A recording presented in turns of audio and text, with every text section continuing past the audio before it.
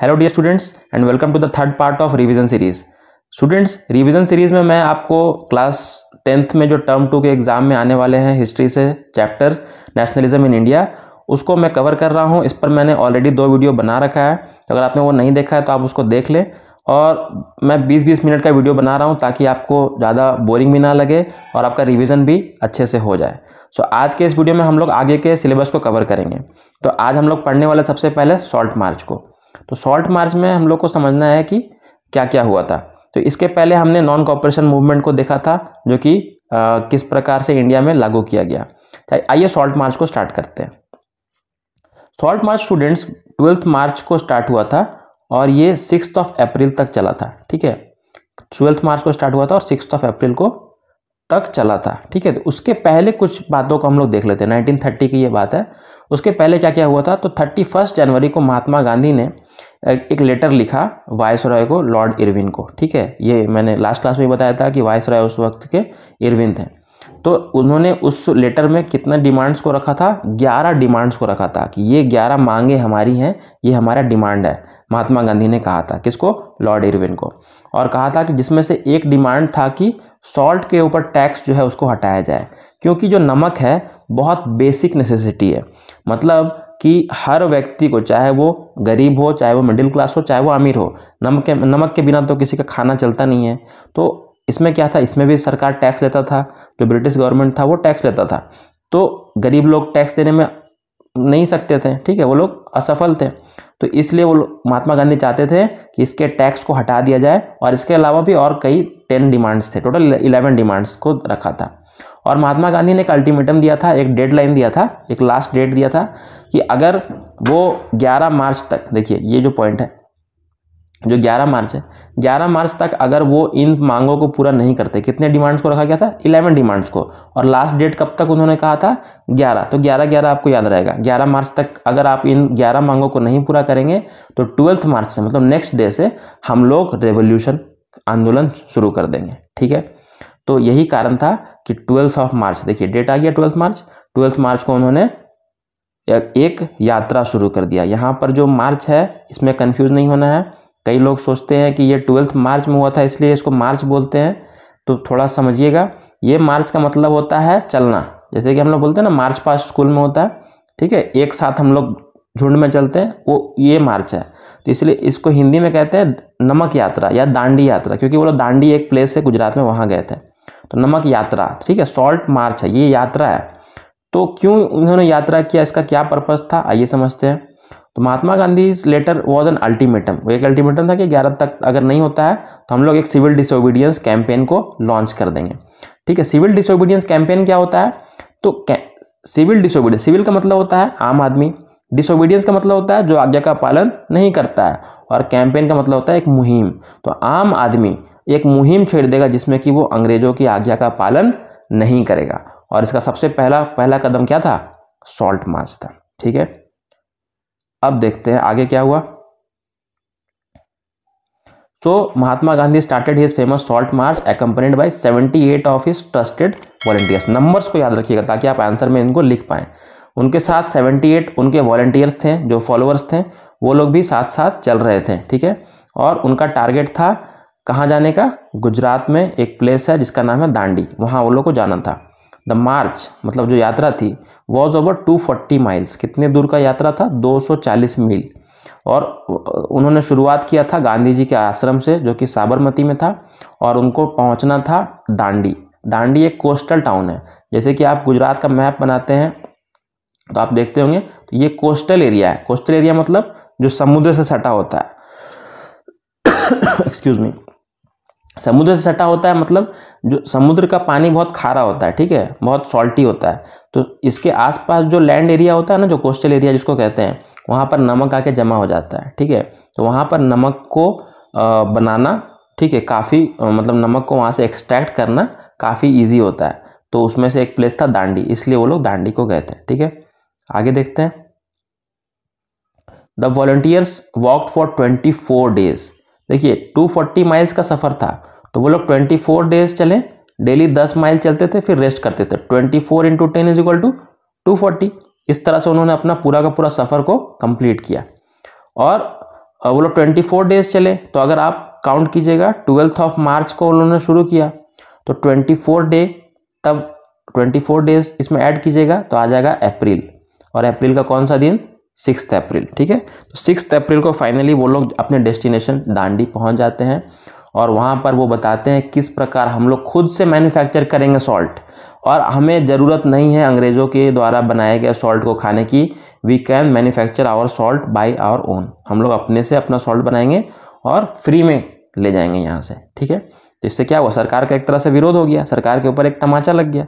यही था इसका मेन पर्पस। ठीक है, तो सॉल्ट मार्च का क्वेश्चन कुछ भी आएगा तो आई डोंट थिंक आपको अब इसमें कुछ प्रॉब्लम होगी। ठीक है, आगे बढ़ते हैं। सिविल डिसोबीडियंस मूवमेंट, मैंने कहा कि सिविल डिसोबीडियंस मूवमेंट का शुरुआत सॉल्ट मार्च से ही हो गया था, और आगे सॉल्ट मार्च कंप्लीट होने के बाद फुल फ्लेज्ड एक पूरे कंट्री में, all over the country, through out the places, सब जगह ये मुहिम की तरह छिड़ गया, और लोग फिर से अंग्रेजी सरकार का क्या करने लगे, विरोध करने लगे।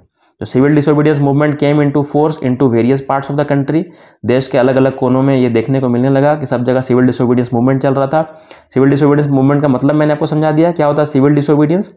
This movement was different from non cooperation. Non cooperation movement last video मैंने पढ़ाया था, वो इससे थोड़ा डिफरेंट था। सिविल डिसोबीडियंस कैसे डिफरेंट था, people were not asked only to refuse cooperation but also to break colonial law. देखिए, नॉन कोऑपरेशन मूवमेंट में क्या बताया था कि हम लोग कोऑपरेट नहीं करेंगे, और यहाँ पर क्या बोल रहा है कि कोऑपरेट तो करेंगे ही नहीं करेंगे, साथ ही आपके कानून को भी हम लोग तोड़ के दिखाएंगे। ठीक है, अब आपको हम लोग तंग करेंगे, अब आपको परेशान करके यहाँ हमारे देश से खदेड़ भगाएंगे। ठीक है, तो thousands in different parts of the country broke the salt law, manufacture salt, foreign cloth was boycotted and liquor shops were picketed.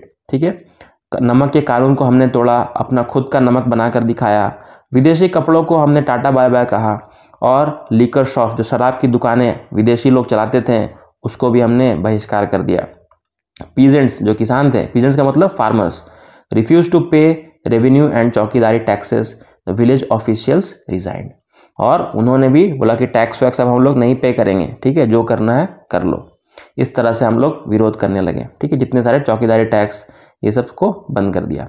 Forest people violated forest law, और जंगल के लोगों का भी काफ़ी रेस्ट्रिक्शन था, उनको जंगल में प्रवेश करने नहीं दिया जाता था, तो वो लोग भी जंगल में प्रवेश कर गए, बोले कि हम लोग भी कानून अब तोड़ के दिखाएंगे। ठीक है, तो going into reserve forest to collect wood and graze cattle, वो लोग अपने जानवरों को वहाँ पे चराने के लिए और लकड़ियाँ इकट्ठा करने के लिए जंगलों में अब जाने लगे। अब इतना कुछ होने लगा तो सरकार तो हाथ पर हाथ धरे नहीं बैठती, तो अब सरकार ने भी कुछ अपना डिसीजन लिया ही। गवर्नमेंट से एक्शन क्या था, उन्होंने शुरू कर दिया, जितने भी लीडर्स थे पॉलिटिकल हमारे, उनको पकड़ पकड़ के जेल में डालना शुरू कर दिया। ठीक है, देखिए, begin arresting the Congress leaders one by one, एक एक करके सबको अरेस्ट किया। लाइक अब्दुल गफ्फार खान, वो कौन थे, महात्मा गांधी के एक डिसाइपल थे, जस्ट लाइक फॉलोअर थे, और जिनको अरेस्ट कर लिया गया था 1930 में अप्रैल में। और उसके बाद वहाँ पे लोगों ने काफ़ी हद तक उनके सपोर्ट में आकर अंग्रेजी सरकार का विरोध किया, और उसी के 1 मंथ के बाद महात्मा गांधी को भी अरेस्ट कर लिया गया। कहाँ पर, जो इंडस्ट्रियल वर्कर्स थे शोलापुर में, वो लोग काफ़ी भड़क गए और उन लोगों ने पुलिस पर पथराव कर दिया, लाठी डंडा चला दिया, और वहाँ पर भी दंगे फसाद का माहौल बन गया। म्यूनसिपल बिल्डिंग्स, लॉ कोर्ट्स और रेलवे स्टेशन, सब जगह जो जो ब्रिटिश सरकार के द्वारा बनाया गया था सबको तोड़फोड़ कर दिया गया। पीसफुल सत्याग्रहीज वर अटैक्ड, जो हमारे सत्याग्रही थे, जो नॉन वायलेंट थे, जो कि अहिंसा का पाठ पढ़ाते थे, उन पर भी हिंसा की गई, मतलब उनको भी मारा पीटा गया। Women children were beaten and about 100,000 people were arrested, इतने लोग को अरेस्ट किया गया, बच्चों को, महिलाओं को बुरी तरह से पीटा गया। तो यही उम्मीद थी हमें ब्रिटिश सरकार से, और ऐसा ही उन्होंने किया भी। ठीक है, उसके बाद जब माहौल इतना ज़्यादा भड़क चुका था, तब इसको शांत करने के लिए गांधी इरविन पैक्ट को साइन किया गया। पैक्ट का मतलब it is just like an agreement. ठीक है, तो एग्रीमेंट किसके किसके बीच था, महात्मा गांधी और लॉर्ड इरविन के बीच में। लॉर्ड इरविन ने कहा ये सब जो हो रहा है इसको अब बंद करना होगा, इसको बीच का रास्ता एक निकालना पड़ेगा, मतलब सेटलमेंट करना होगा। तो क्या क्या इसमें हुआ, कब ये हुआ साइन, ये भी क्वेश्चन पूछता है। महात्मा गांधी का जो गांधी इरविन पैक्ट था कब हुआ और इसमें क्या क्या चीज़ों को लागू किया गया था। ठीक है, तो ये 5 मार्च 1931 को हुआ। ठीक है। Decided and entered into a pact with Irwin on 5 March 1931। अभी हम लोग 1930 के पढ़ रहे थे, है ना, फिर उसके 1 साल के बाद अगले मार्च में ऐसा हो गया। By this Gandhi Irwin pact Gandhi consented to participate in a round table conference. देखिए राउंड टेबल कॉन्फ्रेंस मैंने बताया था लास्ट वीडियो में भी कि बीच में अंग्रेजी सरकार चाहती थी कि हमारे लीडर्स वहाँ जाकर बैठे, उनसे बैठ के बातचीत में सब सुलझाएं, लेकिन फर्स्ट राउंड टेबल कॉन्फ्रेंस में लोग नहीं गए थे, तो कहा कि सेकंड राउंड टेबल कॉन्फ्रेंस में आपको आना होगा, ठीक है। ये पहला शर्त था इरविन का। और Congress had boycotted the first round table conference, पहला तो कांग्रेस नहीं गया था और सेकंड में बुलाया गया और कहा इन लंदन में ही होने वाला था, ठीक है। तो इसके लिए महात्मा गांधी को विदेश जाना पड़ा, लंदन जाना पड़ा। And the government agreed to release the political prisoner, और सरकार ने कहा कि अगर आप लोग मेरी बात को मानिएगा तो जितने भी आपके लोगों को हमने पकड़ रखा है जेलों में उसको हम लोग रिलीज कर देंगे। इस तरह से दोनों में डील हो गया। तो in December 1931 Gandhi ji went to London for the conference but the negotiations broke down and he return disappointed. उनको एक तरह से बेवकूफ़ बनाया था सरकार ने, विदेशी सरकार ने, फॉरेनर्स ने उनको लंदन बुलाया और उनके लंदन जाने के बाद एक भी बात को नहीं माना गया, ठीक है। तो उनको ठगा हुआ महसूस हुआ और साथ ही साथ जो उन्होंने वादा किया था उससे भी वो लोग मुकर गए। वो लोग एक नंबर के झूठे थे, ठीक है। जब वो इंडिया वापस आते हैं महात्मा गांधी, तब देखते हैं पूरा का पूरा सिनेरियो ही चेंज हो चुका है। क्या देखते हैं कि फिर से न्यू साइकिल ऑफ रिप्रेशन शुरू हो गया है, मतलब फिर से लोगों को दबाया कुचला मारा जा रहा है। Ghaffar Khan and Jawaharlal Nehru were both in jail, फिर से इनको पकड़ के जेल में डाल दिया गया और कांग्रेस पार्टी को ही इलीगल घोषित कर दिया गया। बोलो कांग्रेस नाम का कोई पार्टी वार्टी है ही नहीं, ये इलीगल है, ठीक है। और गांधी जी फिर से गुस्से में आए और उन्होंने कहा कि फिर से हम लोग सिविल डिसोबीडियंस मूवमेंट को करते हैं। लेकिन लोग यहाँ पर गांधी जी से काफ़ी खफा हो गए थे। लोगों को लगता था कि ये महात्मा गांधी एक बात पे नहीं अड़े होते हैं। कभी वो गांधी इरविन के साथ पैक्ट कर लेते हैं, एग्रीमेंट कर लेते हैं, फिर लंदन जाते हैं, फिर वापस आके बोलते हैं फिर से मूवमेंट करो। तो बार बार ऐसे कीजिएगा तो लोग कितना समर्थन करेंगे, ठीक है। तो आपको एक जगह पर टिकना होगा ना। इसलिए जो सेकेंड बार जो उन्होंने सिविल डिसोबीडियंस मूवमेंट को स्टार्ट किया वो उतना सक्सेसफुल नहीं हो पाया, ठीक है। कारण मैंने आपको बता दिया। The movement continued for a year but 1934 it lost its momentum. 1934 तक आते आते वो धीरे धीरे मूवमेंट जो था वो कमज़ोर पड़ गया, ठीक है। तो ये पॉइंट्स हमने देखा। अच्छा, एक पॉइंट ये भी बॉक्स बनाकर आपको एनसीईआरटी में मिल जाएगा, दिया होगा। भगत सिंह का कंट्रीब्यूशन के बारे में। भगत सिंह एक रिवोल्यूशनरी थे। उन्होंने अपनी पार्टी बनाया था 1928 में जिसका नाम था हिंदुस्तान सोशलिस्ट रिपब्लिकन आर्मी, जिसको शॉर्ट में HSRA कहते थे। और उसके कुछ लीडर्स थे। देखिए उनका मीटिंग कहाँ होता था, फिरोज शाह कोटला ग्राउंड, जो कि अभी क्रिकेट स्टेडियम है, पता होगा आपको, ठीक है। तो भगत सिंह, जतिन दास, अजय घोष और भी कई रेवोल्यूशनरीज, जाबाज सिपाही, हमारे जाबाज हीरोज़, जो लोग अपने जान की बाजी लगाने में भी नहीं चूकते थे, ये लोग इनके मेंबर्स थे। और इन्होंने कई ऐसे काम किए जो कि काफ़ी डराते थे अंग्रेज़ों को, अंग्रेज़ों के सपने में आते थे ये लोग, ठीक है। जिसमें से कि एक था कि भगत सिंह और बटुकेश्वर दत्त ने अप्रैल 1929 में बॉम्बिंग किया था लेजिस्लेटिव असेंबली में। जो उनकी सभा चल रही थी, असेंबली चल रही थी, वहाँ जाके बॉम्ब फेंक दिया था। लेकिन उनका हालांकि पर्पज़ किसी को मारना नहीं था, उनका पर्पज़ था कि लोगों को अपनी बातों तक पहुँचाना, ठीक है। तो उन्होंने एक स्टेटमेंट भी दिया था कि बहरों को सुनाने के लिए धमाके की आवश्यकता है, इसलिए उन्होंने धमाका कर दिया। सो भगत सिंह वॉज 23, लेकिन 23 ईयर की उम्र में ही उन्हें ट्रायल किया गया और एग्जीक्यूट कर दिया गया, मतलब उन्हें सजाए मौत दे दी गई। और भगत सिंह का ऐसा मानना था कि अगर वो मरते हैं, शहीद होते हैं, तो इससे क्या होगा, एक क्रांति देश में आ जाएगी। इसलिए उन्होंने भी ज़्यादा अपने आप को ऐसा रिफ्यूज़ नहीं किया और जो उनको सज़ा दी गई उनको उसने एक्सेप्ट कर लिया। तो इसके बाद जो क्रांति थी, जो रेवोल्यूशन था, लोग बहुत ज़्यादा प्यार करते थे भगत सिंह जी से। तो उनके मरने के बाद, शहीद होने के बाद लोग काफ़ी भड़क गए और जो एक नया जोश आ गया युवाओं में, खास करके क्योंकि वो एक युवा थे और यूथ जो होता है दूसरे यूथ से काफ़ी कनेक्ट करता है ना। तो ये उनका मेन पर्पस था, इसमें वो सक्सेसफुल हुए, मतलब अपने जान गंवा कर भी वो अपने मकसद में कामयाब हो गए, ठीक है। During his trial Bhagat Singh stated that he did not wish to glorify the cult of bomb and pistol but wanted a revolution society. वो ये सब गोली बारूद का सहारा सिर्फ आंदोलन लाने के लिए करते थे, वो इनका सपोर्ट नहीं करते थे, ठीक है। उनका ही पर्पस था आंदोलन लाना, लोगों को जगाना, ठीक है। चलिए स्टूडेंट्स, तो आज की वीडियो में हमने यहाँ तक कवर कर लिया है। अब बस बच जा रहा 2 टॉपिक, जो कि मेरे ख्याल से 10 मिनट का एक वीडियो मैं डालूंगा नेक्स्ट, जो कि कल तक आ जाएगा। उसमें पूरा का पूरा आपका हिस्ट्री खत्म।